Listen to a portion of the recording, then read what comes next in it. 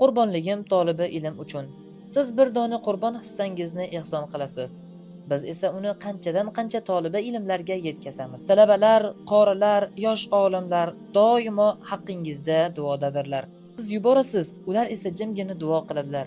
Ya Robbim, ushbu ehson egasini mag'firat aylagin, jannating bilan mukofotlagin, farzandlarini qori qilgin. Hoshiyadagi sharhga to'xtalamiz, birodarlar. Musannif rahmatullohi alayh qurbonlik bobidan oldin so'yish, zabihalar bobini, Kitabu Zabaih bobini bafirja to'xtalgan edilar. Endi nega qurbonlik kitobi undan keyin zikr qilinyapti deyilsa, Muhashshir rahmatullohi alayh aytadilarki, aslida bu qurbonlikdan oldingi so'yishlar haqidagi bob muqaddima tarzida edi. U umumiy masala edi.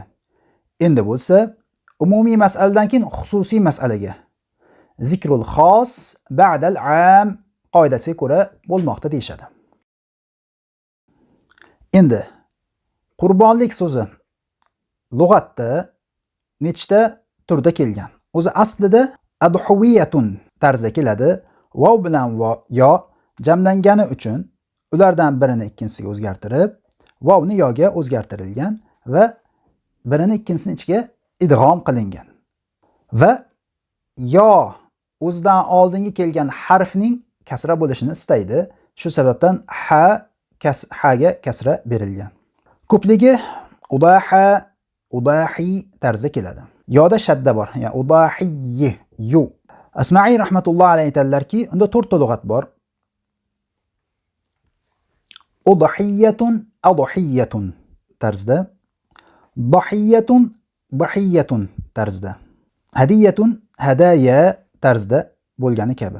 Udhatun ham bor, bi dammil hamzati, udhiyatun.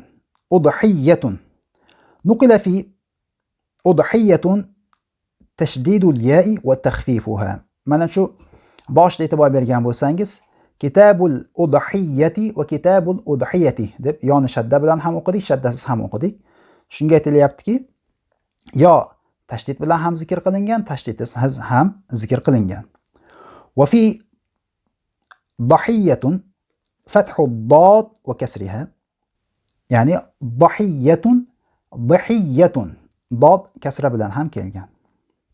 O'zi aslida Muhashshir rahmatullohi alayh 4 ta deganlari bilan bu shaklda 8 taga chiqdi deyshadi.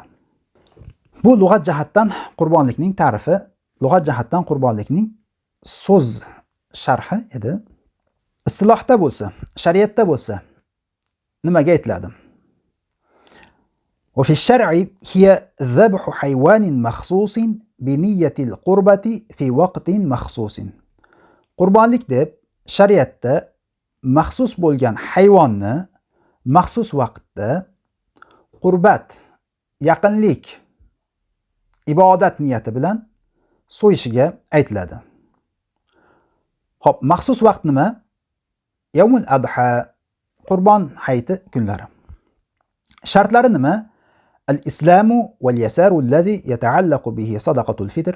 Birinchisi islom, ikkinchisi sadaqai fitr vojib bo'ladigan darajada moddiy imkoniyatga ega bo'lish.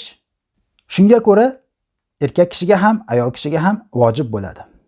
Shundan ma'lum bo'lsinki, oilada eri qurbonlik qilsa, ayoliga ham sadaqai fitr vojib bo'lgan bo'lsa, yo'q, oilamizdan bir kishi qurbonlik qilsa yetadi degan narsa xato ekanligi ma'lum bo'ladi.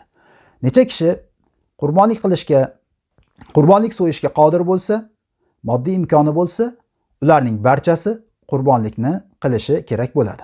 Agar oilada 6 nafar bo'lsa, 6 nafarning hammasining moddiy imkoni bo'lsa, unda 6 kishiga qurbonlik qilish vojib bo'ladi. Va sababuha al-vaqtu va hiya ayyamun nahr. Qurbonlikning sababi vaqt hisoblanadi. U ayyamun nahr, ya'ni so'yish kunlariga to'g'ri keladi. Rukni zabhu ma yajuzu zabhuha. Ya'ni so'yish joiz bo'lgan narsani mana shu rukn hisoblanadi. Uni hukmi vojib, uning zimmasidan so'yish bilan bu dunyoda zimmasidagi vojibni ado qilgan bo'ladi. Oxiratda bo'lsa savobga, ajrga ega bo'ladi. Mana shundoq tarzda Majma'ul Anhurda bayon qilingan.